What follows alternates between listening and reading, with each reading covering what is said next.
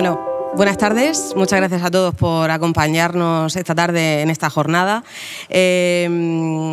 enmarcada dentro de la Semana ISR. Y como esta tarde nos acompaña Luis Alberto Marín, consejero de Economía, Hacienda, Fondos Europeos y Transformación Digital, pues yo tengo poco que decir. Entonces, solamente agradecerle que haya podido hacer un hueco esta tarde para estar con nosotros, y solamente 30 segundos que agradezca a todos los ponentes, a Juan Carlos, a José, a Ana, a Andrea, que hayan querido venir esta tarde a participar en esta jornada, y también, pues por supuesto, a toda la gente que ha estado organizándola y que, pues en el fondo, gracias a ellos, podemos estar aquí esta tarde. Así que os dejo con el consejero.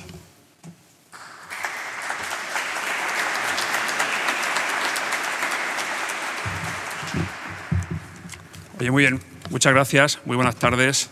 En primer lugar, muchas gracias, Andrea. Y gracias a SpainShift por seguir apostando una vez más por la región de Murcia como punto de encuentro para fomentar las buenas prácticas en el área de la sostenibilidad. Saludar también especialmente a mi querido Antonio Navarro, concejal del Centrísimo Ayuntamiento de Murcia, a José Sandoval, director general del Agua, a Ana Rodríguez, de Finanzas y Sostenibilidad de AFI, a Juan Carlos del Río, de la Oficina de Gobernanza responsable de Banco de España, también el director de Banco de España en Murcia, a todos los directores generales, por supuesto, secretario general de nuestra consejería, y también, pues muy especialmente, a los representantes de las entidades financieras que hoy nos acompañáis y que siempre respondéis prestos y presurosos cuando desde el Gobierno regional os llamamos.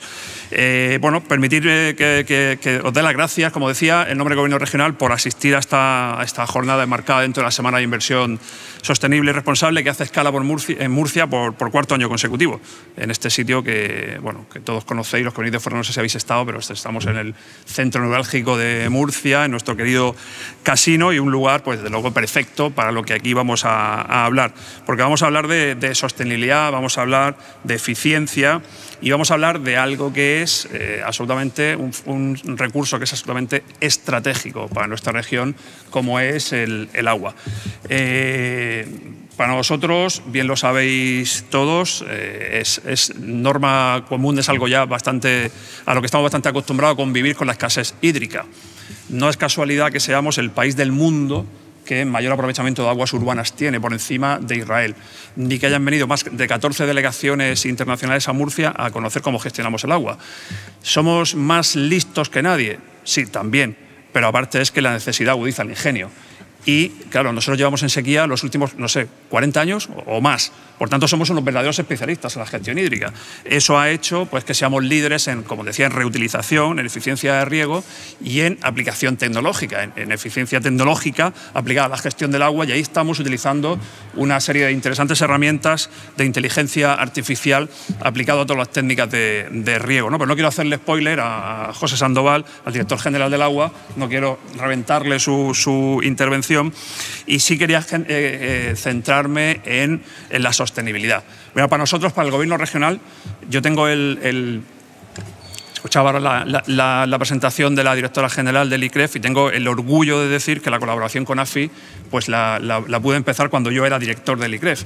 Entonces me alegro mucho que los dos directores generales que me han precedido hayan mantenido ese compromiso con la sostenibilidad. Porque aunque parecen mundos opuestos, el mundo financiero y el mundo de la sostenibilidad obviamente están íntimamente relacionados. No solo porque sabéis que hay un grandísimo, la gente de AFI, de SpainShift sabe más de esto que yo infinitamente, un grandísimo volumen de activos financieros negociados bajo criterios ASG, sino que aparte es que no es entendible ninguna gestión cotidiana de un gobierno como el gobierno regional que no esté amparado en criterios ASG o ESG en función de la terminología que usemos. Desde luego nosotros lo tenemos clarísimo. Por eso acudimos a SpainShift hace ya unos años a decir, oye, queremos colaborar con vosotros en el desarrollo de herramientas de las finanzas públicas de sostenibilidad, porque estamos plenamente convencidos. Tenemos un compromiso, no hace falta que nos vayamos al informe Brundtland, pero es que tenemos el compromiso de intentar satisfacer nuestras necesidades futuras sin poner en riesgo nuestras necesidades presentes, sin poner en riesgo las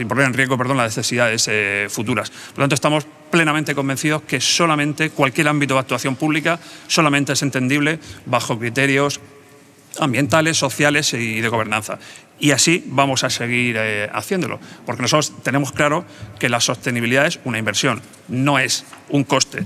Desde luego, bien lo sabéis, Andrea, para nosotros no es una etiqueta ni es una moda. Es, como digo, un compromiso firme porque tiene un efecto inmediato en las personas.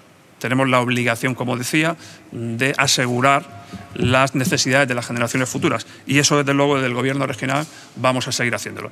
Si encima enmarcamos esta sesión en algo, como decía al principio, y con eso termino, tan importante y tan estratégico como es para la región de Murcia la gestión del agua, pues yo creo que no podíais haber elegido mejor sitio para hacer esta parada por cuarto año consecutivo. Así que solamente desearos que sea muy provechosa la jornada de hoy, que seguro que vamos a aprender todo mucho, y ya pues sin más damos inicio, directora, a la mesa redonda y bueno, a la ponencia, perdón. Y luego no olvidar algo también muy importante y muy relevante, y es que después, a la finalización, tenemos un vino español. Así que muchísimas gracias, bienvenidos y que la jornada vaya muy bien. Gracias.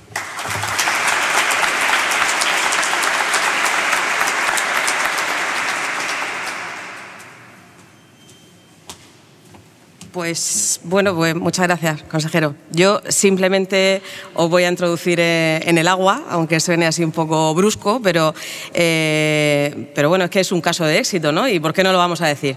Murcia es un caso de éxito en cuanto al uso y en cuanto al consumo responsable de este recurso, de este agua, ¿no?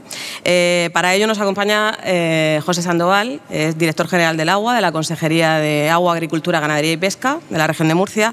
Él es ingeniero de Caminos, Canales y Puertos por la Universidad de Granada y empezó su carrera profesional en el ámbito privado, en empresas relacionadas con la obra civil y con los servicios. Pasó posteriormente a llevar la gerencia en la planta desaladora, donde gestionó pues, la producción de recursos hídricos, la explotación, mantenimiento de todas sus instalaciones, y desde julio de 2021 pues, ejerce sus funciones como director del agua. Así que yo creo que nos puede dar una visión 360 de lo que es el agua para Murcia, ¿no? Tanto su producción como su explotación y sobre todo su uso de manera eficiente y eficaz. Yo dejo con él.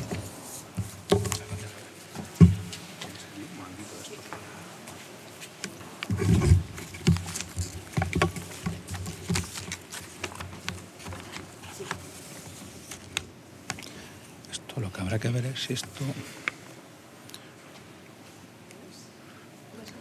Yo ahora sí lo veo.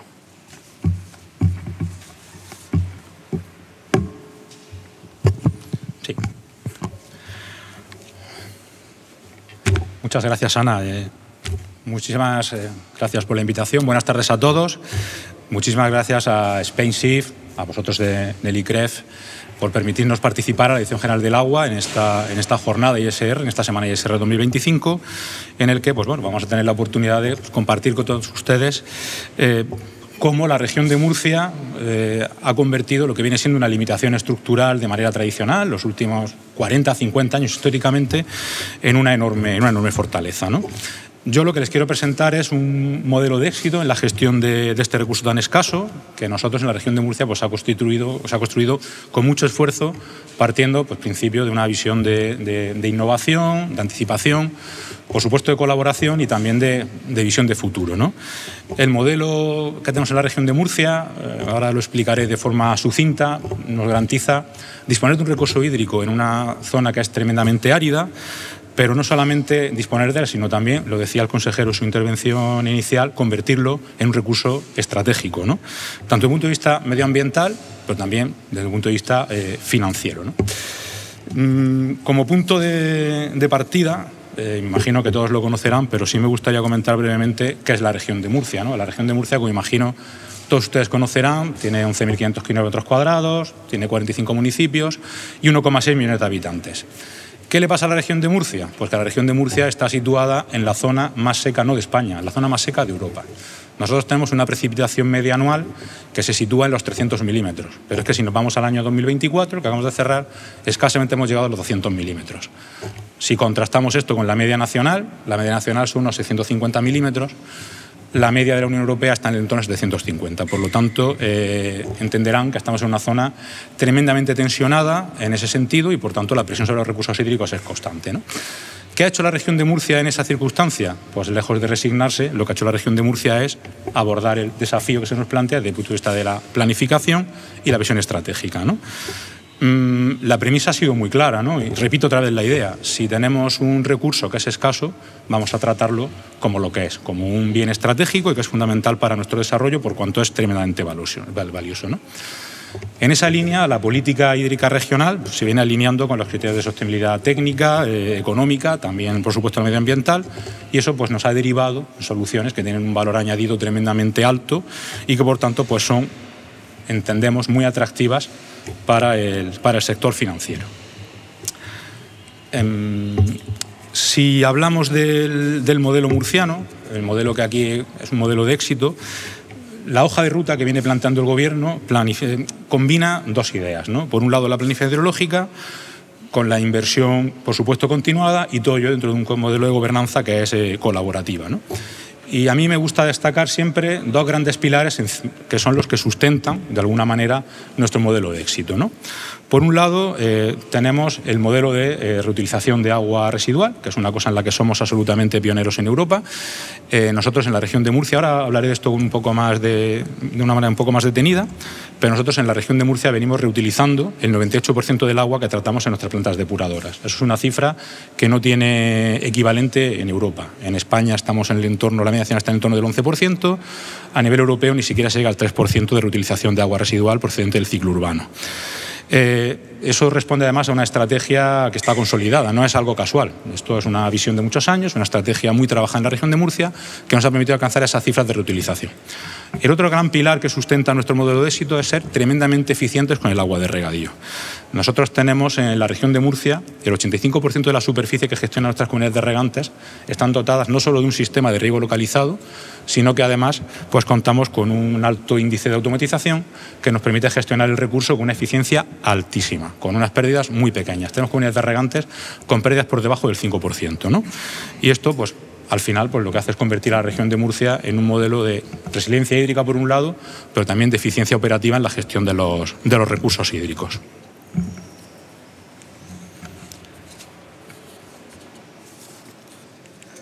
Me van a permitir que empiezo a tener la visión.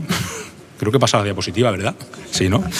Entonces, esta eficacia, esta eficiencia en la gestión del agua en la región de Murcia, lo que sí que nos permite es pues, una cierta ventaja competitiva, ¿no?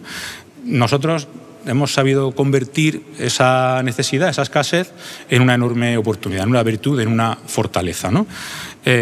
Piensen que gracias a la eficiencia en el uso del agua tenemos un sector agroalimentario que en el año 2024 exportó más de 3.500 millones de euros en frutas y hortalizas o generó más de 100.000 puestos de trabajo, entre los que se generan de manera directa y aquellos que se generan de manera indirecta, ¿no?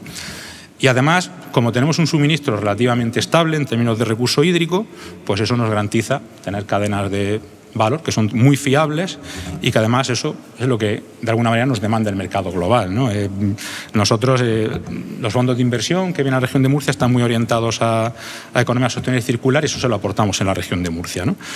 Y este enfoque es el que nos ha permitido, pues precisamente en Murcia, consolidar un modelo de industria alimentaria que es tremendamente intensivo en tecnología, pero a la vez es un modelo que es sostenible y que es tremendamente competitivo.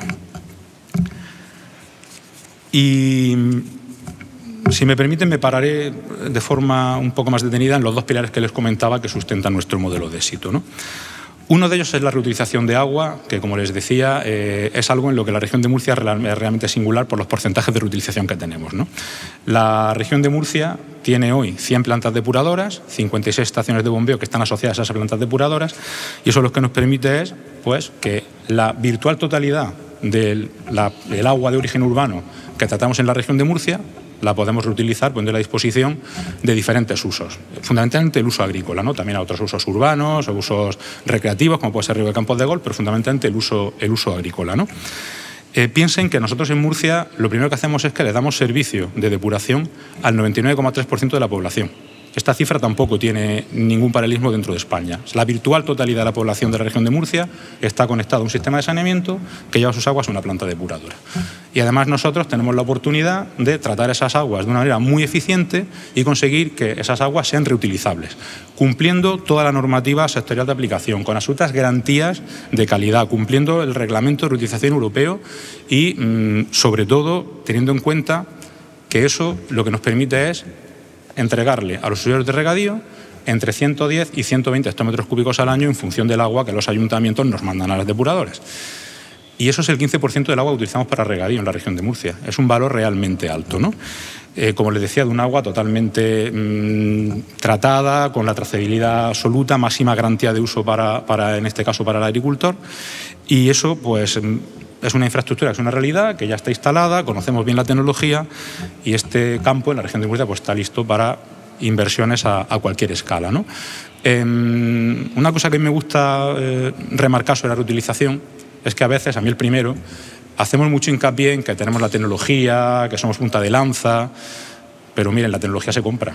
La tecnología, más allá de tener un equipo técnico que sea capaz de identificar cuál es la tecnología adecuada para tu filosofía regional, tu clima o la tipología de agua que te llega a las plantas depuradoras, eso uno va al mercado, los fabricantes, normalmente norteamericanos casi todos, venden unos equipos estupendos, uno los elige con cierto criterio técnico y funcionan muy bien. Lo que en Murcia ha sido un éxito es la gobernanza del agua. Nosotros tenemos este sistema de reutilización tan robusto, pues tenemos un sistema de gobernanza con una base legal estupenda, con una distribución de costes y con la posibilidad de realmente ser capaz de soportar los costes de utilización de forma solvente cada año. Y eso es lo que nos convierte en líderes. Una apuesta decidida del gobierno regional por un modelo de gobernanza que en España también tiene muy pocas zonas en las que se produzca de forma simétrica y eso nos lleva a que solamente hay 3 regiones en toda España que cumplan la Directiva de Aguas Residuales Urbanas Europea. Una es la Comunidad de Madrid, la otra es la Comunidad Valenciana y la tercera somos nosotros, ¿no? El otro gran puntal sobre el que descansa nuestro éxito es, como les decía antes, la eficacia en el uso del agua de regadío. El agua de regadío, nuestras comunidades de regantes, con apoyo del Gobierno regional, han modernizado el 85% de su superficie con riego localizado.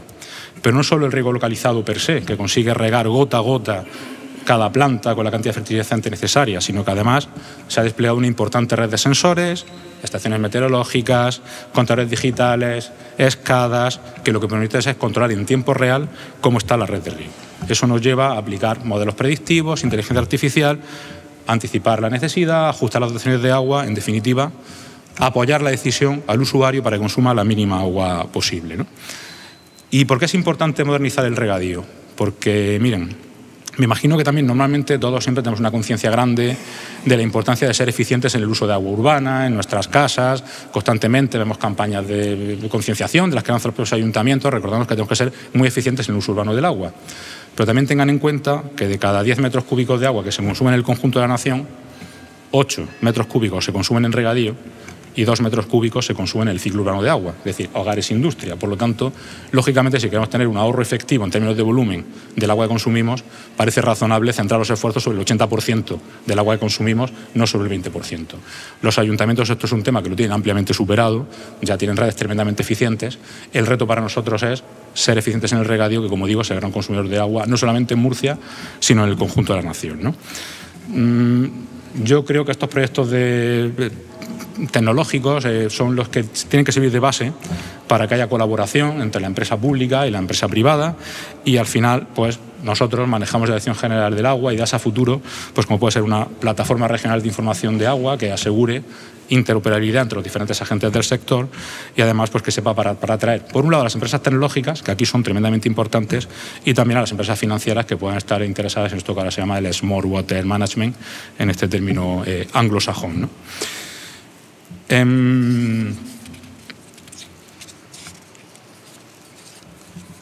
Y esta eficacia del modelo murciano, pues al final lo que tiene es un importante impacto en términos económicos y financieros, ¿no?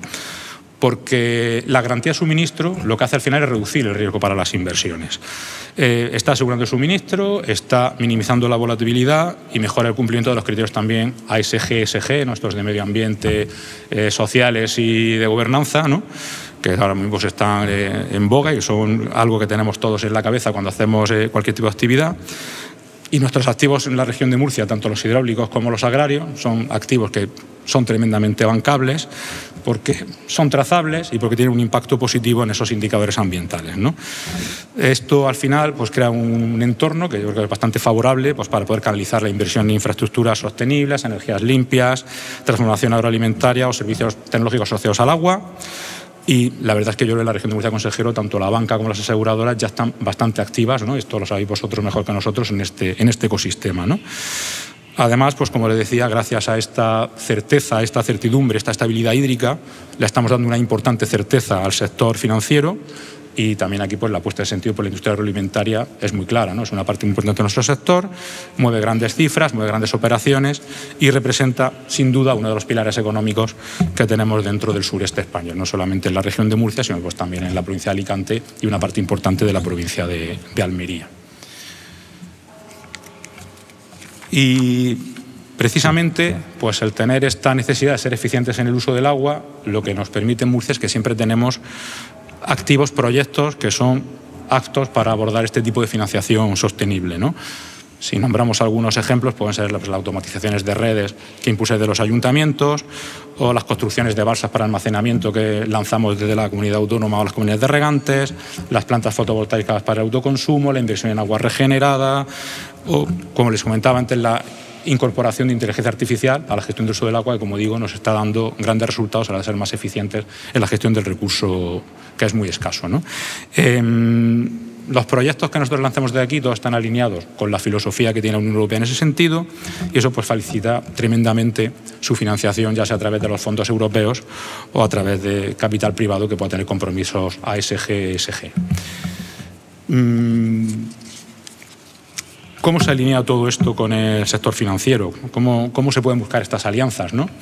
Pues bueno, precisamente por eso, ¿no? Porque la situación que tenemos en la región de Murcia, el ecosistema que deriva de esa gestión eficiente del agua, es una excelente palanca, ¿no? Pues para que a través de esos consorcios públicos-privados se puedan abordar pues todo tipo de retos en términos de resiliencia, cambio climático, reutilización total, eficiencia energética. Tenemos proyectos en Murcia que ya están cofinanciados con fondos Next Generation, inversores privados con fondos de infraestructuras. En definitiva, el agua es un recurso tremendamente resistente a los ciclos, tiene retornos que son muy estables en el tiempo, tiene una fuerte componente social también, por qué no decirlo, y yo creo que eso pues encaja también con perfiles de inversión a largo plazo que nosotros queremos considerar en Murcia, convirtiendo en un polo de innovación, tanto hídrica como a nivel financiero.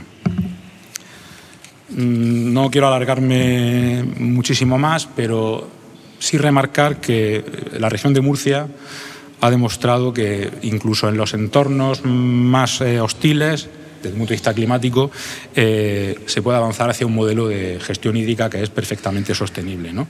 Tenemos un modelo que es competitivo, tenemos un modelo que es resiliente y todo eso además lo hacemos con una circunstancia de disponibilidad de recursos muy escasa, ¿no? Me permitirán que haga una mención obligada a lo que nos pasa en esta región recientemente.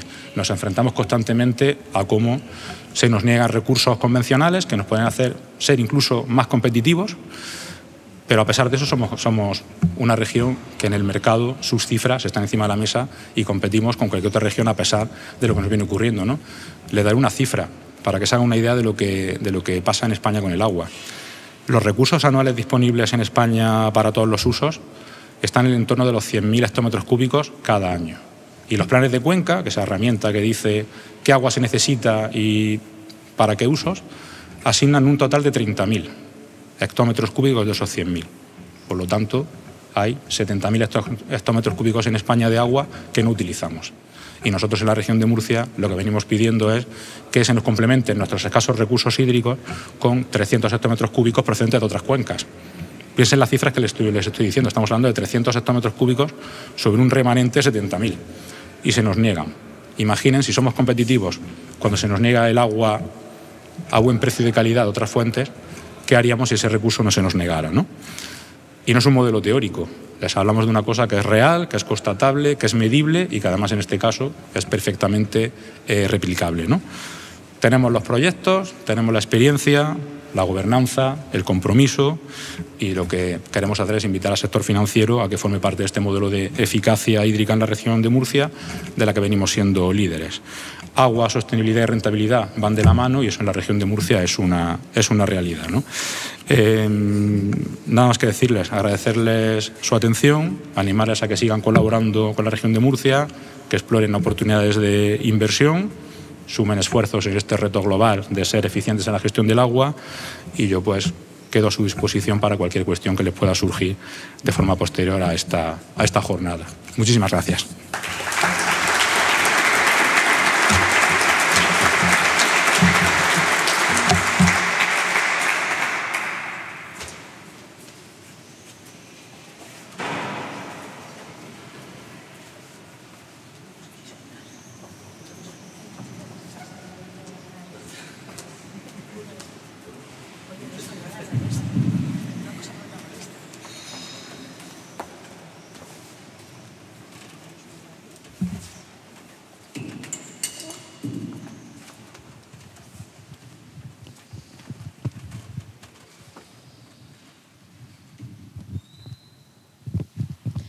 Bueno, pues buenas tardes otra vez. Ahora doy la bienvenida a nuestros ponentes a esta mesa titulada Inversión Sostenible en Agua.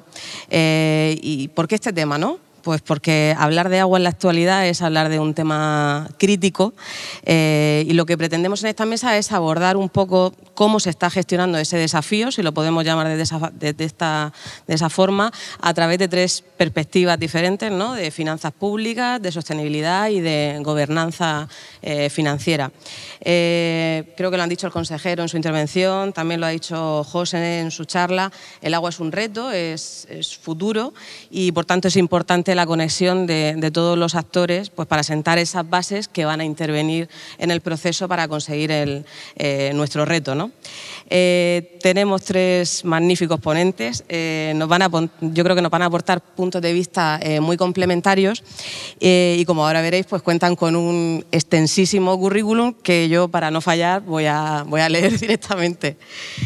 Nos acompaña Ana Rodríguez Olaya, es consultora de sostenibilidad ambiental y cambio climático en el área de finanzas públicas de AFI. Es doctora ingeniera de montes, experta en sostenibilidad de las organizaciones. Ha sido profesora asociada en la Universidad Politécnica de Madrid y en la Universidad Rey Juan Carlos I, y en la actualidad colabora con el Foro de Bosques y Cambio Climático en la promoción del sector forestal. Andrea González, pues es economista especializada en finanzas sostenibles y de impacto. Ha desarrollado buena parte de su carrera en organizaciones internacionales como la Oficina de Coordinación de Asuntos Humanitarios de las Naciones Unidas o en el Parlamento Europeo. Es colaboradora habitual de los centros de educación como el Instituto de Empresa, la Universidad Internacional Menéndez Pelayo. En la actualidad forma parte del Consejo Nacional de Finanzas Sostenibles del Tesoro Español y, por supuesto, es la alma mater del equipo de SpainShift, del Foro Español de Inversión Sostenible, y a día de hoy pues su directora general. Al finalizar esta mesa tendremos la ocasión de escuchar a Andrea en la clausura de la jornada, que seguro que nos va a poner el acento en aquellas cosas importantes con vistas al futuro, pero que hay que gestionar hoy, ¿no? Y por último, no por ello menos importante, Juan Carlos del Río es director de la Oficina Ambiental, Social y de Gobernanza del Banco de España. Previamente fue director de Sostenibilidad de la Asociación Española de Banca y formó parte del Comité de Dirección del Centro de Finanzas Responsables y Sostenibles. Es profesor en el Instituto de Empresa y en el Máster de Sostenibilidad y ESG de la Universidad Complutense. Pertenece al Consejo Editorial del Economista y al Consejo Asesor del Green Finance Institute. También ha ocupado puestos ejecutivos en Cemex y ha sido profesor de Economía en la Universidad Carlos III y en el Instituto Tecnológico de Monterrey. Pues como veréis con estos perfiles, seguro que vamos a poder dar respuesta, vamos a aprender mucho en relación al agua, a la inversión sostenible y sobre todo pues hacia dónde nos dirigimos, ¿no? Yo voy a lanzar una pregunta para empezar a los tres, para que desde esa perspectiva vuestra, ¿no? De cada uno, pues nos podáis dar vuestra opinión. Porque parece que hay un cambio ahora de tendencia, nos estamos fijando más o preocupando más por el capital natural y por la pérdida de la biodiversidad y sobre todo en España el tema del agua es el tema que más preocupa, ¿no? ¿Cuál es vuestro punto de vista sobre esto? Como queráis. Bueno, Pues muchas gracias, encantado de estar aquí. Gracias al ICREF y a los consejeros, a la gestión. La verdad es que yo llevo desde el año 2019, cuando trabajaba en la Asociación Española de Banca, antes de entrar en el banco, como director de la Oficina Climática, dedicándome en cuerpo y alma a todo lo que tiene que ver con lo que llamamos sostenibilidad, pero en concreto con los riesgos relacionados con riesgos y oportunidades relacionadas con el cambio climático. Sin embargo, todos sabemos que en los últimos años este énfasis se va extendiendo poco a poco, como una mancha de aceite, hacia temas ligados al medio ambiente y al capital natural, ¿no? Y desde el primer momento, quizá por intuición, quizá porque soy de Alicante y soy muy sensible a los temas del agua, o quizá porque tiene mucho que ver con políticas públicas y gobernanza, la verdad es que siempre he defendido que el agua debía ser el eje central del debate, al menos en España, ¿no? Y esto lo hacía desde la asociación y lo quiero seguir haciendo desde el Banco de España, desde la oficina, porque creo que a pesar de lo mucho y lo bien que se está haciendo en Murcia, en el sector financiero, en España, en Europa y en general, todavía hay un déficit por introducir ese tema en los planes estratégicos y en las consideraciones financieras. ¿Qué ha pasado? ¿Qué estoy haciendo desde la oficina para que esto cobre sentido? Pues mira, en primer lugar, sentir que más allá de la eficiencia, estamos hablando de desertificación, estamos hablando de problemas de océanos, estamos hablando de dependencias entre el cambio climático y problemas de agua, lo cual redunda en aumentos del nivel del mar que en ciudades costeras como la nuestra tiene una importancia brutal. Tiene que ver con el énfasis de las políticas públicas y como economista me encanta. Y tiene mucho que ver con la necesidad de estar muy, muy cerca de comités científicos, ¿no? Esto me ha llevado a aprender palabrejas que desconocía hasta hace muy poco tiempo, como por ejemplo una de mis favoritas, eutrofización.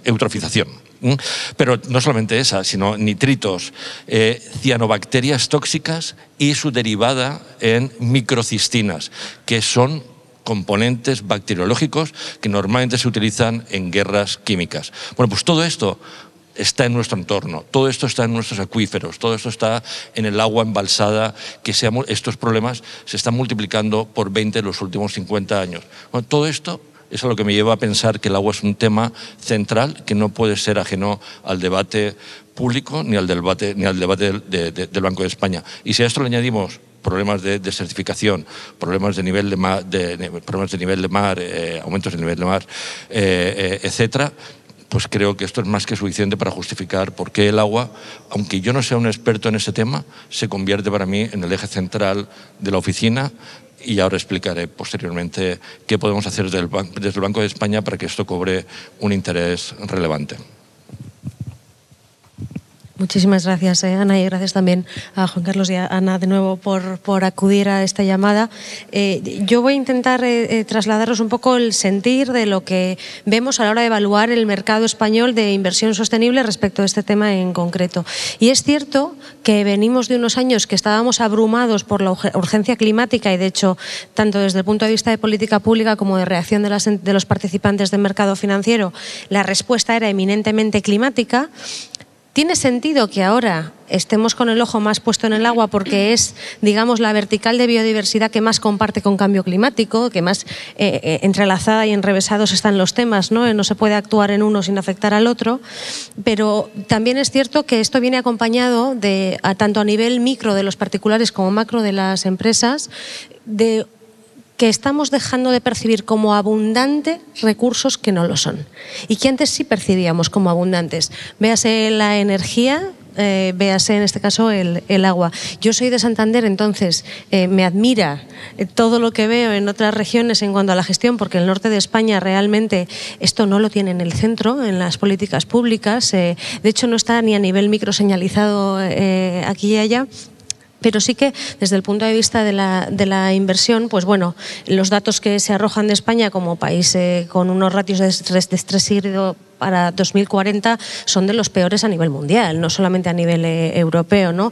Los límites planetarios que se miden dos cuestiones relativas al agua. Una es la acidificación de los océanos y otro es el uso del agua dulce. El uso del agua dulce, digamos que lo superamos todos los años en el primer cuatrimestre, ¿no? Entonces, evidentemente, desde un punto de vista de sentido de urgencia, en los modelos que suelen utilizar los financieros están.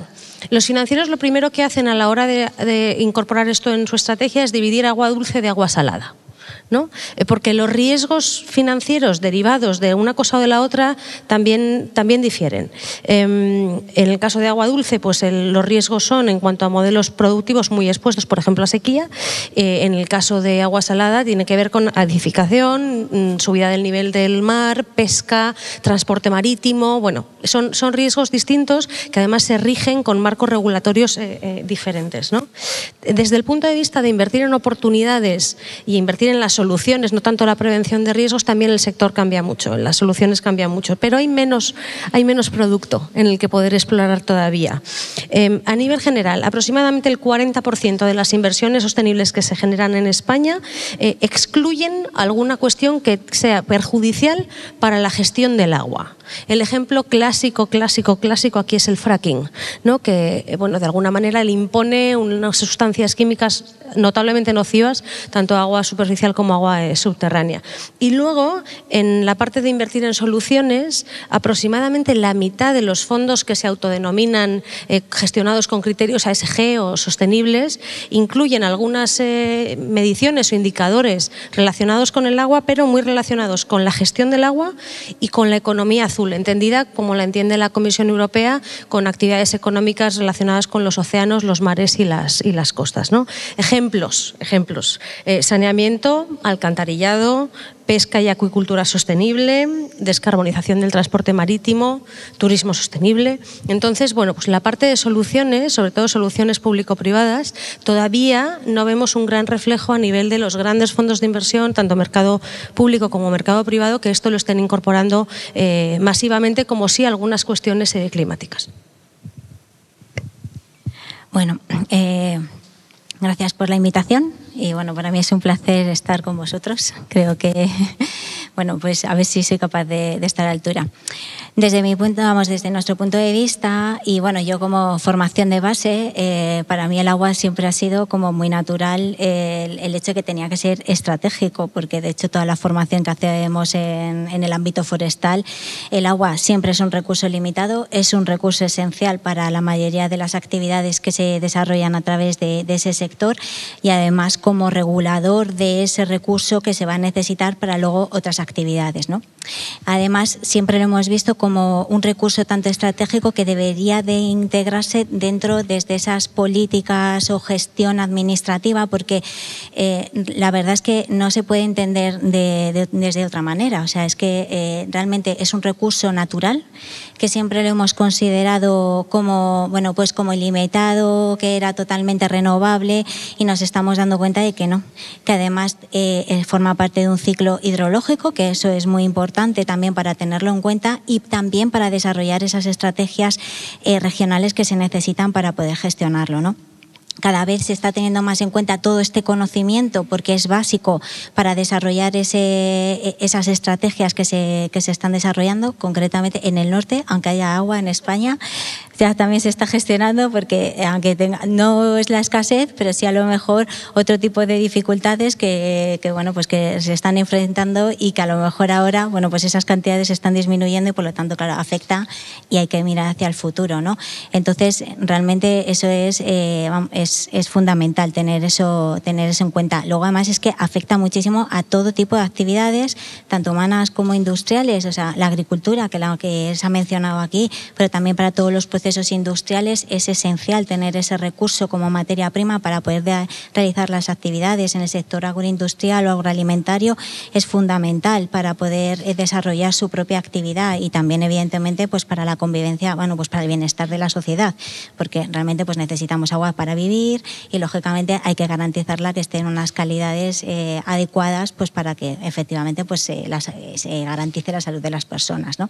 Entonces, bueno, pues realmente desde ese punto de vista pues hay mucho que hacer todavía Y en España, pues creo que hay muchísimas iniciativas de buenas prácticas que pueden ser ejemplo para nivel europeo, por supuesto, precisamente por la situación que tenemos de escasez de agua, de estrés hídrico, ¿no?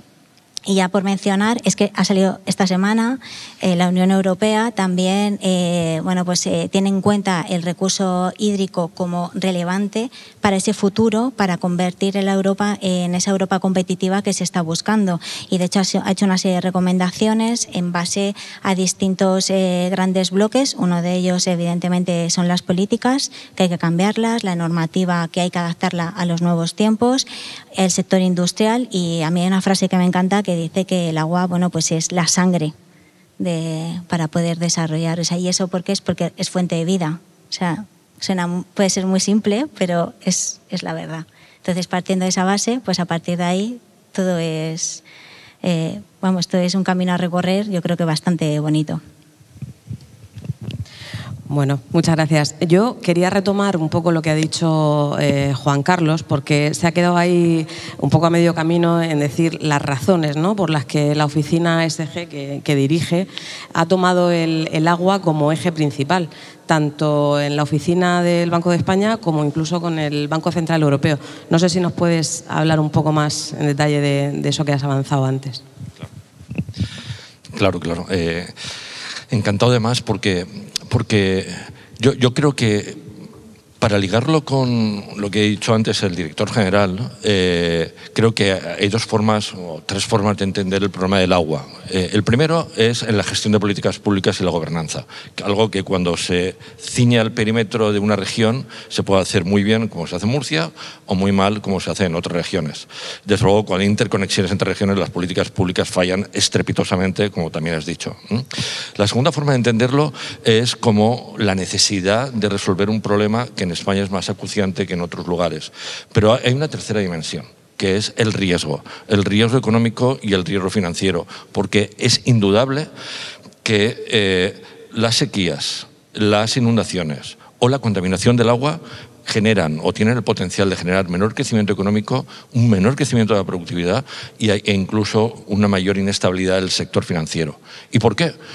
Porque de acuerdo con el Banco Central Europeo se acaba de hacer un estudio en el que el 72% de los préstamos concedidos en Europa están expuestos a riesgos medioambientales y el 15% del PIB europeo, en promedio, 20% para España, está en riesgo de prestarle dinero a empresas que pueden sufrir eventualmente escasez del agua. Y si esto lo unimos al hecho de que, de acuerdo con algunas encuestas como el Carbon Disclosure Project, que reflejan que en promedio, no hablo de España únicamente, pero que en promedio la sensibilidad del sistema financiero para gestionar adecuadamente estos riesgos todavía es muy baja, estamos en un estado muy incipiente. Esto implica, quiero decir, de todos los bancos analizados por Carbon Disclosure, solamente el 33% integra el agua como un elemento de riesgo, como integraríamos cualquier otro riesgo medioambiental. Bueno, pues no te preocupes. Lo que nos dice esta encuesta es que hay una enorme necesidad por integrar el riesgo, el agua en la gestión del riesgo, en las entidades financieras. Y por eso el BCE, el Banco Central Europeo y el Banco de España, y por eso también en la oficina climática del banco, estamos empeñados en que el agua sea un tema fundamental, porque tenemos una enorme exposición de los préstamos otorgados a empresas que están sujetos a este riesgo. Y para esto hay dos formas de abordarlo. Una, que las entidades comiencen a ser mucho más sensibles con este tema y, por lo tanto, que lo comiencen a integrar en sus modelos de negocio, en su gestión de riesgo, en sus condiciones crediticias, de la misma manera que lo están haciendo ya con algunas consideraciones ligadas al cambio climático. Pero hay una segunda forma de hacerlo, y es con mejor información, con unos datos de mayor calidad, con mejores herramientas y modelos de estimación de impacto, que los tenemos, pero que todavía son insuficientes para analizar el impacto del agua en nuestro entorno. Con mayor colaboración público-privada. Entonces creo que nos queda todavía un largo camino por recorrer en las instituciones financieras por un lado y en el Banco de España y en el Banco Central Europeo por otro, porque necesitamos seguir entendiendo, mejorando nuestra capacidad de análisis, mejorando los datos disponibles y, desde luego, integrando todo esto en la gestión del riesgo y en la estrategia de las empresas. Y a esto es a lo que me estoy dedicando y me quiero dedicar en los próximos años. Muy bien. Pues yo, precisamente como has dicho, ¿no?, los riesgos, el agua, si lo estamos tratando como un activo estratégico, pues todos los activos al final tienen un riesgo, ¿no? Sí que me gustaría que pudierais los tres comentar cuáles son esos riesgos que veis desde vuestra perspectiva y cuáles son las formas que tenemos de alcanzar una sostenibilidad hídrica, si podríamos llamarla así, pues no sé qué instrumentos públicos, ¿no?, hay para poder hacer frente a esto, o los bonos azules que a lo mejor Andrea nos puede contar, o Juan Carlos también contarnos un poco más qué pretende hacer el sistema financiero, ¿no?, así a grandes rasgos. Bueno, pues desde de esos instrumentos públicos destacar principalmente todo lo que está derivado del mecanismo de recuperación y resiliencia, que realmente tiene muchos campos de intervención que están muy focalizados a financiar proyectos vinculados con esa gestión hídrica, desde distintos enfoques, bien para depurar agua, captación de agua, todo lo que tenga que ver con reutilización, descontaminación.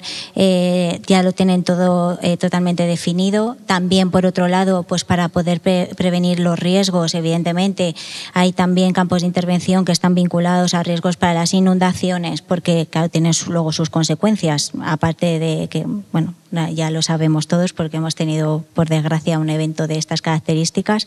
También desde distintos puntos de vista, restauración de entornos forestales, que son elementos fundamentales para evitar esas inundaciones, hacer otro tipo de soluciones basadas en la naturaleza, que son también elementos clave en esta nueva financiación, y disminución de riesgos, como lo que acaba de comentar Juan Carlos. Entonces, hay muchísimas líneas en ese sentido que favorecen esa gestión y están encaminados a esa sostenibilidad, porque evidentemente no se pueden hacer esos proyectos de cualquier manera, sino que también tienen que tener en cuenta esa dimensión social, gobernanza y lógicamente, buscar ese equilibrio en todos los ámbitos de naturaleza y de impacto, ¿no? Yo, si me permites, antes de responder a la pregunta, reaccionando a un comentario de Juan Carlos, hicimos hace poquito un encuentro en Madrid sobre cómo se estaba integrando la biodiversidad en financiación y en inversión, y me sorprendió muchísimo dos cosas. Una es que España es el segundo país en adopción mundial del TNFD, que es el marco para divulgación de riesgos de biodiversidad de la naturaleza, para entidades financieras, lo cual, pues, a priori puede parecer una buena noticia. Lo segundo es que solo 2 entidades lo estaban haciendo. Entonces, ¿cómo estará el patio fuera? Quiero decir, cosas buenas, cosas malas. Y las entidades que lo estaban haciendo, ya entrevistándolos con un poco más de profundidad en la parte de financiación, sí que hay que decir que una vez hacen ese primer ejercicio de mapeo e identificación de los riesgos de sus carteras, están decidiendo escoger las batallas, y la batalla número 1 es agua, porque es donde tienen los mayores riesgos de exposición de sus clientes. Entonces, oye, mira, en biodiversidad no podemos tocar todos los palos, es imposible, esto es gigante, pero sí que es cierto que al menos los que están haciendo esa evaluación, pues están identificando agua como el número 1, ¿no? Anecdóticamente, sí que las entidades financieras, cuando le preguntan a los clientes, sobre todo a la pyme, ¿dónde tiene usted geolocalizados los activos para calcularle la exposición a estrés hídrico? Pues a veces se encontraba que el cliente de vuelta le decía, oiga, ¿usted para qué quiere saber eso, no? Con cierta desconfianza. ¿Viste, señor del banco? ¿Por qué me pide tanta información? ¿No me acabará subiendo el tipo de interés al final, no? Y no, oye, puede ser incluso para bajarlo, pero eso sí que, desde el punto de vista a nivel macro en España, bueno, pues España no va mal, pero es porque todo lo de alrededor lo está evaluándolo todavía menos. En cuanto a instrumentos financieros privados que existen y están en funcionamiento para dar respuesta, además de los fondos temáticos que mencionaba, que pueden o bien protegerse evitando inversiones que contribuyan negativamente a la protección del agua y los ecosistemas marinos, o bien invertir en las soluciones, que es donde menos actividad vemos, existe esta subclase del bono verde, que es este instrumento de renta fija, que es el bono azul. Y si me hubierais pedido hablar de bonos azules en 2020, solo hubiera podido teorizar, pero ahora mismo ya hay emisiones, ¿no? Entonces, desde la International Capital Market Association, desde ICMA, que es la que de alguna manera dicta esos principios de emisión de bonos con criterios de sostenibilidad, que son de uso voluntario, pero son de amplio uso, de manera muy generalizada, no tenemos unos principios de bono verde todavía, pero sí tenemos unas recomendaciones y unas directrices, porque ya hay primeros casos. Realmente, como instrumento, tiene un valor diferencial porque se sabe a dónde va el dinero. Difiere de un fondo de inversión que invierte en acciones, por ejemplo, en un mercado cotizado, y la empresa pues puede utilizar ese dinero de esas acciones para lo que buenamente considere, aunque la empresa tenga unos criterios respecto del agua que sean muy potentes. Esto difiere en que el uso de los fondos está comprometido a proyectos que de alguna manera hagan una contribución positiva a cualquier dimensión del agua. Aquí ya no estamos centrándonos solamente en agua dulce o agua salada. Sí que encontramos pues algunas temáticas que se están repitiendo más en las emisiones. Por cierto, ¿quién puede emitir? Sector público, administración pública, empresas privadas, organizaciones multilaterales, bancos de desarrollo y demás, ¿no? Pues igual que un bono verde.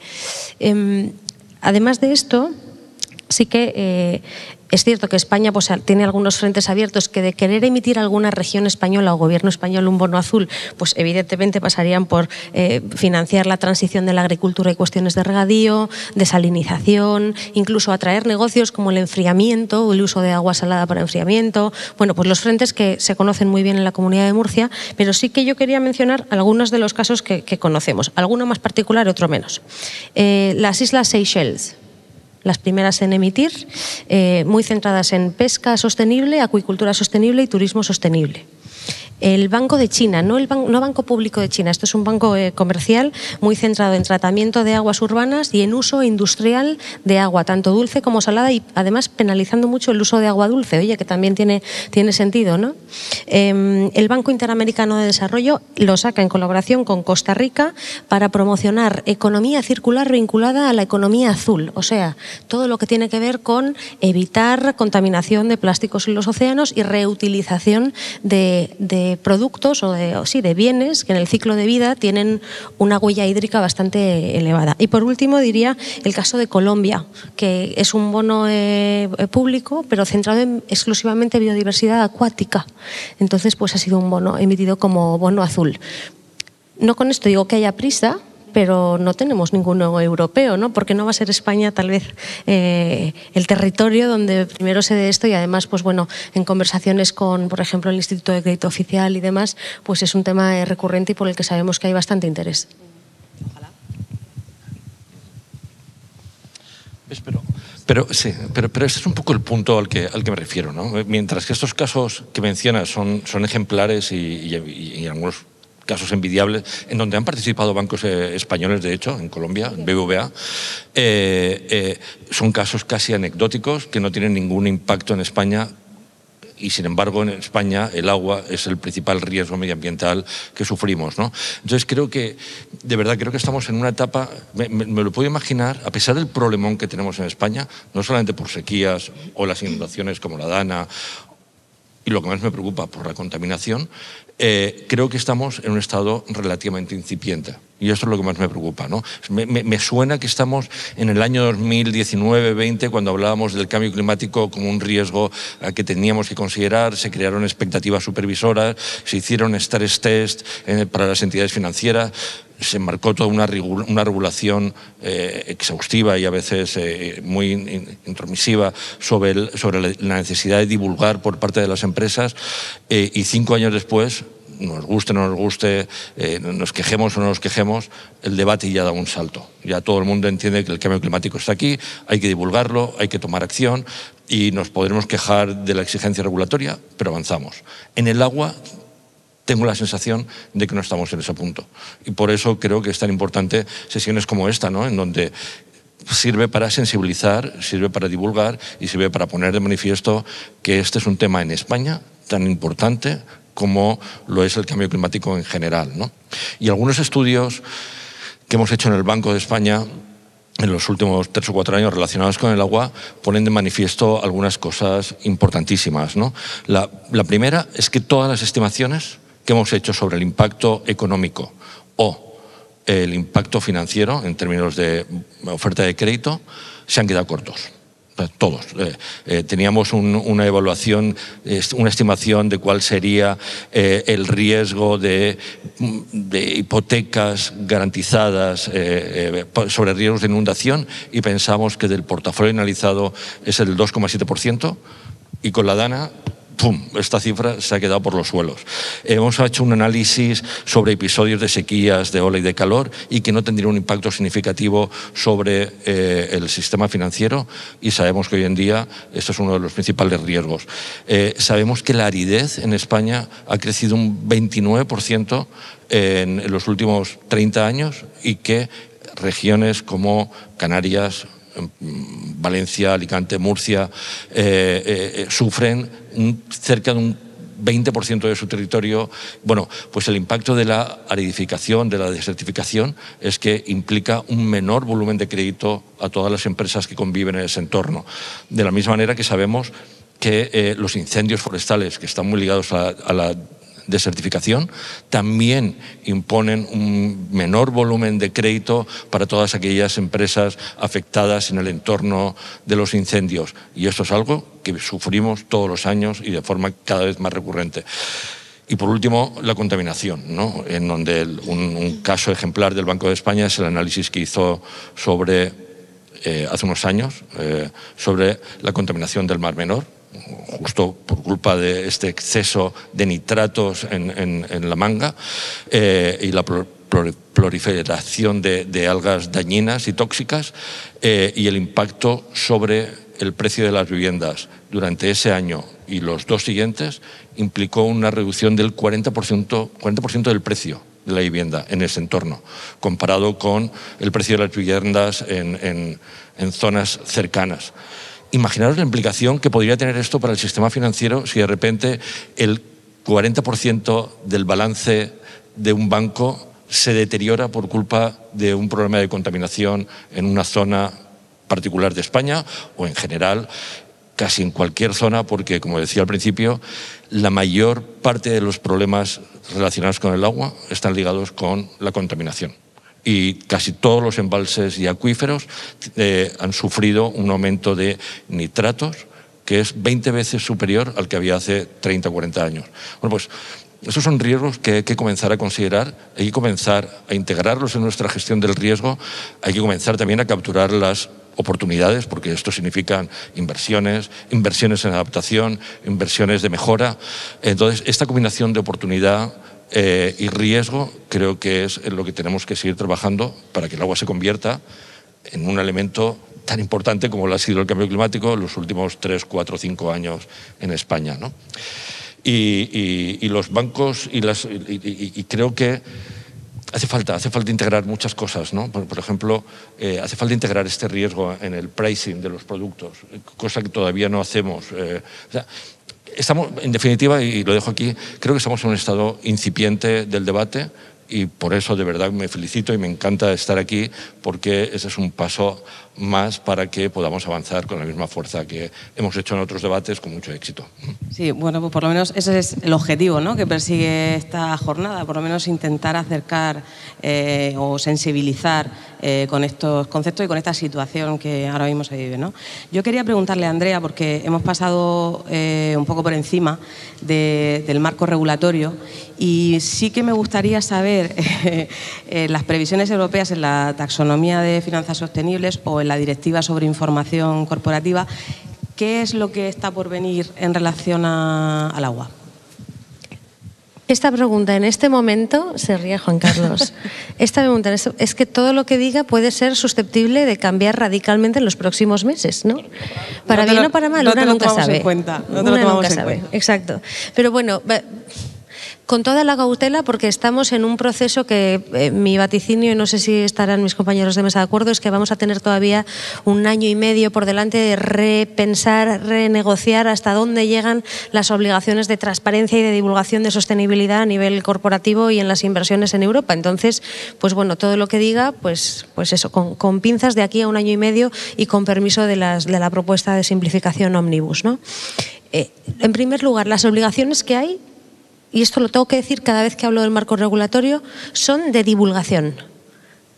no de alcanzar unos umbrales máximos, no de proteger las inversiones hasta no sé cuánto, no de evitar tales actividades porque esté prohibido invertir en ellas. La única obligación es de transparencia, y solo en las obligaciones de transparencia ya tenemos montado un debate desde 2019 que nos va la vida en ello y que además es efervescente y cada día se complica más. Entonces, la transparencia, que es una cosa necesaria pero no es suficiente, es de lo que estamos discutiendo en esta fase 1 de desarrollo de marco regulatorio. Sobre transparencia. Pilar o vertical número 1, transparencia de las empresas, ¿no? Con la nueva directiva de divulgación de sostenibilidad corporativa en su formato original, la CSRD, sí que los estándares de divulgación, los ESRS, E3 y E4, incluyen cuestiones relativas al agua de manera bastante más exhaustiva que el marco regulatorio anterior, que es el que se está aplicando ahora en España, pues desde políticas de gestión del agua, divulgación de qué acciones están realmente desarrollando las empresas para mitigar sus riesgos hídricos, KPIs que sean medibles, no tanto políticas, pero ya necesitamos saber el dato concreto, cuánto de consumo de este tipo de agua, cuánto de este otro tipo, cuál es la calidad del agua que está usted dejando o consumiendo, cuáles los niveles o porcentajes de acceso a agua potable. Entonces, bueno, esto incluye también una perspectiva interesante porque dentro de esa propia Directiva de Divulgación de Sostenibilidad Corporativa ya incluye divulgación de riesgos financieros relacionados. Y aquí es donde se empieza a tocar con las obligaciones de divulgación que tienen los participantes de mercados financieros a través de del reglamento SFDR, la de divulgación de finanzas sostenibles, que solo aplica a los financieros. Y los financieros tienen ahí una batería de indicadores que se llaman las principales incidencias adversas, o si nos escuchan hablar entre nosotros, las PIAs, que tienen indicadores obligatorios y voluntarios, y entre los obligatorios hay dos que son, para mí, como no ambientóloga o no ingeniera forestal o bueno, digamos, una externa al conocimiento profundo de las cuestiones ambientales, me llaman poderosamente la atención que los obligatorios sean, y leo, tonelada de contaminantes vertidos por cada millón de euros invertido. Porcentaje de inversiones en zonas sensibles para la biodiversidad acuática, que además son mucho más especiales los obligatorios que los voluntarios, que son consumo total de agua, que se nos ocurre a todos que eso tenía que estar ahí, políticas de gestión de agua y porcentaje de inversión en empresas que operan en zonas de alto estrés hídrico. Es curiosa la distribución aquí de obligatorios y voluntarios. Y luego esto remata con el indicador de porcentaje de alineación de taxonomía. Como quiero que recuerden el evento con cariño, no les voy a explicar en detalle temas taxonómicos, pero sí hay que mencionar que la taxonomía, entre sus 6 objetivos ambientales, hay uno de agua, de protección de los recursos hídricos y los océanos y uso sostenible del agua. Y aquí, aunque no tiene una batería de actividades gigantesca como podemos tener en los objetivos climáticos, porque de las, no sé si son poco menos de 300 actividades recogidas en la taxonomía europea, 200 y algo son de adaptación y mitigación al cambio climático, algunas relacionadas con agua.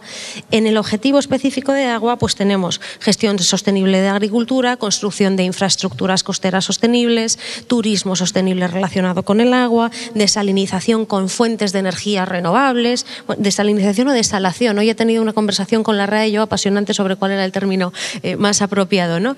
Pero sí que está reflejado. Y el poder que tiene la taxonomía sí se mantiene como está hasta ahora, que es de una elevadísima divulgación de esos porcentajes de alineación con actividades que se consideran verdes, según ese diccionario de actividades económicas verdes, es que señalizan de manera muy tangible dónde están esas actividades económicas, tanto a nivel corporativo como a nivel de proyecto. Cierto es que las administraciones públicas no tienen obligación de divulgación ninguna, además tampoco tiene especial sentido porque de alguna manera la estructura de actividades en que se vertebra la actividad de una administración pública no es la misma que la de una empresa, no tiene sentido ordenarlo igual, pero sí que es cierto que cuando apunta a esos temas y a esas actividades con esos umbrales técnicos de, por ejemplo, desalinización con fuentes de energía renovables, tenemos el umbral de cuánto de renovable tiene que ser la energía renovable y cuánto de potente o eficaz tiene que ser la desalinización para que se considere una buena práctica, ¿no? No vale cualquier desalinización ni cualquier producción de energía renovable. Pues tener señalizadas esas actividades genera que los ojos del inversor hagan así, hacia dónde están. Entonces es una herramienta que no sabemos si va a quedar como una aportación desde un punto de vista intelectual muy valiosa o realmente se va a acabar ejecutando con una cobertura de divulgación muy amplia, pero esa señalización está ahí. Y muchas de las actividades que nos trasladaban en el keynote inicial están reflejadas en la lista. Pues el año que viene te volveremos a preguntar si se ha cumplido, no se ha cumplido, por dónde vamos, ¿no? A ver si hemos llegado. Seguro. Como ya nos queda poco tiempo, solamente me gustaría hacer una pregunta a Ana sobre el carbono azul. Porque eso es un temazo también. Entonces, ¿qué oportunidades o qué potencial consideras que tiene esto para la sostenibilidad? Vale, bueno, el carbono azul está muy ligado es uno de los indicadores que se utiliza o se puede utilizar en estos bonos azules que ha comentado Andrea. El carbono azul básicamente lo que consiste es calcular el carbono que se encuentra dentro de determinadas masas acuáticas como son lagos, humedales, manglares y todo lo que tiene que ver con la costa. Evidentemente, otro de los justificantes por los que se utiliza el carbono azul en este caso es porque se está perdiendo carbono azul, o sea, se están perdiendo los ecosistemas ligados al agua, marinos, fluviales o terrestres, y por lo tanto es un indicador que sirve pues para ver cómo se están restaurando todas esas masas de agua. ¿Por qué surge este concepto? Porque está muy ligado al concepto de carbono, de créditos de carbono, porque realmente lo que se está haciendo es desarrollar metodologías para cuantificar ese carbono que se está generando por restaurar esos ecosistemas, de la misma manera que se ha hecho con los créditos de carbono por las masas forestales. Es un concepto que se puede monetizar porque está asociado a ese proyecto de restauración, ¿no? Entonces, ¿por qué está surgiendo como algo innovador? Bueno, pues primero porque las administraciones públicas lo están fomentando. El registro de huella de carbono contempla el carbono azul como uno de los proyectos para poder compensar esas emisiones de gases de efecto invernadero. Por lo tanto, ya está estableciendo un ecosistema estable porque ya está proponiendo metodologías que van a estandarizar ese cálculo y por lo tanto van a dar garantías a esos bonos azules, a ese sistema financiero que está buscando esos datos pues para ver si efectivamente se están restaurando. Entonces, hablamos de carbono azul porque es uno de los indicadores que a lo mejor por similitud puede tener más aceptación, pero no solamente se restauran y se cuantifican ese carbono absorbido por esas masas acuáticas, también se cuantifica restauración de hábitats, como una de las cosas que se han mencionado, y aquí hábitats hablamos de plantas específicas de esos entornos marinos para recuperar, descontaminar esas masas, la resiliencia de esos entornos acuáticos, por lo tanto está habiendo muchísima implicación en ese ámbito. Entonces, pues ya tener ese ecosistema en un amparo público, pues lógicamente motiva y puede promover esas iniciativas. Con ese dinero que se puede ingresar o que se puede atraer con esa venta de los créditos, evidentemente lo suyo sería que se invirtieran en infraestructuras verdes que conectan esas masas acuáticas, que también se invierta en esa descontaminación para tener calidad de agua. Y aquí hablamos, hay un ejemplo muy cerquita de aquí, no es en Murcia, está en Sagunto, en Marjal de los Moros. Voy a hacer aquí publicidad, lo ha hecho una fundación que se dedica a esto, Fundación Global Nature, no vamos a atribuir nada que no es nuestro, pero ellos están trabajando en restauración de humedales y están haciéndolo para poder realmente poner en valor todo lo que se hace, no solamente por esa absorción de carbono de las masas acuáticas, que por cierto absorben más que los bosques, y lo estoy diciendo yo, o sea que... pero realmente es así, entonces es importante. Y ellos lo están promoviendo pues para que realmente pues se restaure, y sobre todo una cuestión muy importante, y es que tengamos agua de calidad, descontaminen esas masas. Entonces, bueno, pues se está empezando a generar un entorno que quiere dar garantías o estabilidad a esto que estamos mostrando, ¿no? O sea, es muy incipiente, desde mi punto de vista creo que es muy novedoso, pero realmente puede servir para promover estas iniciativas, y también vinculadas a otro tipo de proyectos que están vinculados a todas las inversiones que has comentado en los bonos azules, pero también hablamos de energía eólica y marina, eólica offshore, por supuesto, que sería, bueno, pues tiene su impacto en los entornos marinos, restáuralo y gracias a esa restauración a través de estos créditos de carbono azul, bueno, pues puedes tener ese retorno de esa restauración, por ejemplo, ¿no? Entonces, bueno, pues ahí es una oportunidad.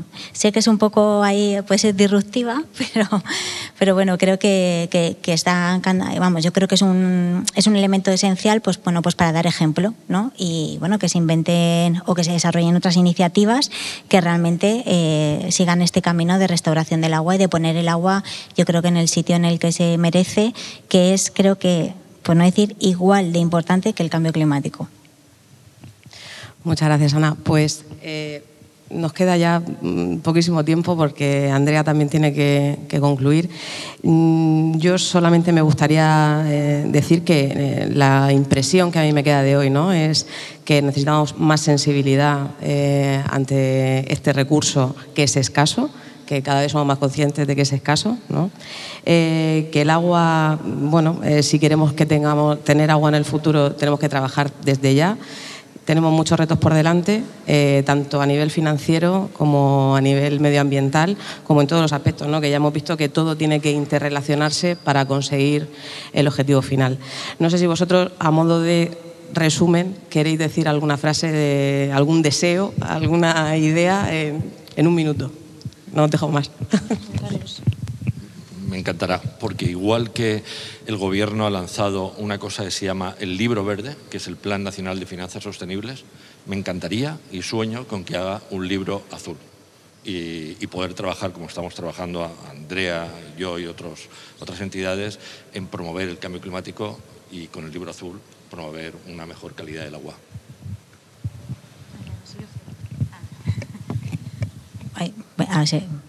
Pues funciona, perdona. Bueno, la verdad es que para mí, yo ya lo he dicho, para mí el agua es fuente de vida, es fuente de actividad y creo que es el elemento fundamental para que todas las actividades sigan desarrollando. Un dato que no hemos dicho, pues para mí el agua es un recurso ecosistémico.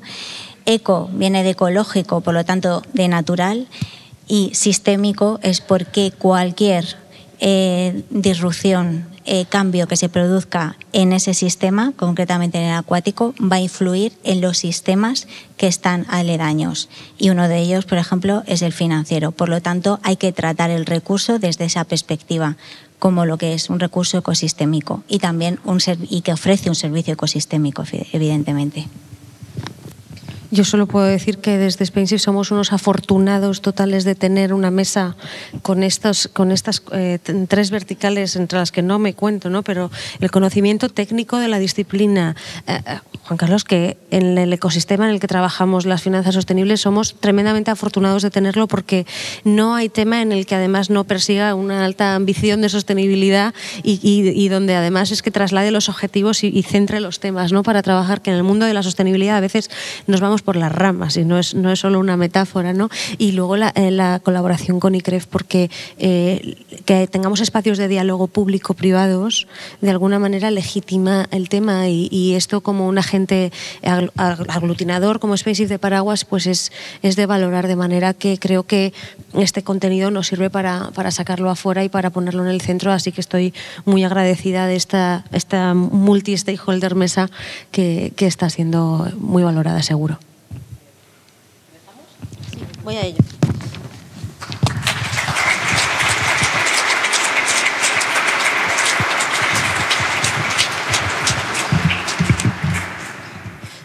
Voy a ser muy breve porque no me gusta ser lo que se interpone entre el vino español y los contenidos, ¿no?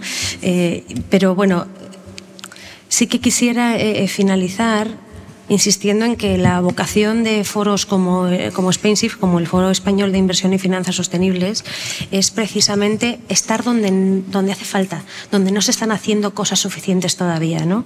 Y creo que la elección del tema en este caso ha sido un acierto, no solo porque está de alguna manera desatendido a nivel macro en la industria financiera, sino también porque sabíamos que era un acierto hacerlo en Murcia a nivel nacional, pero José, gracias, porque también sabemos ahora que ha sido un acierto a nivel europeo, de lo que no éramos tampoco conscientes, y creo que así conseguimos estar donde no se está.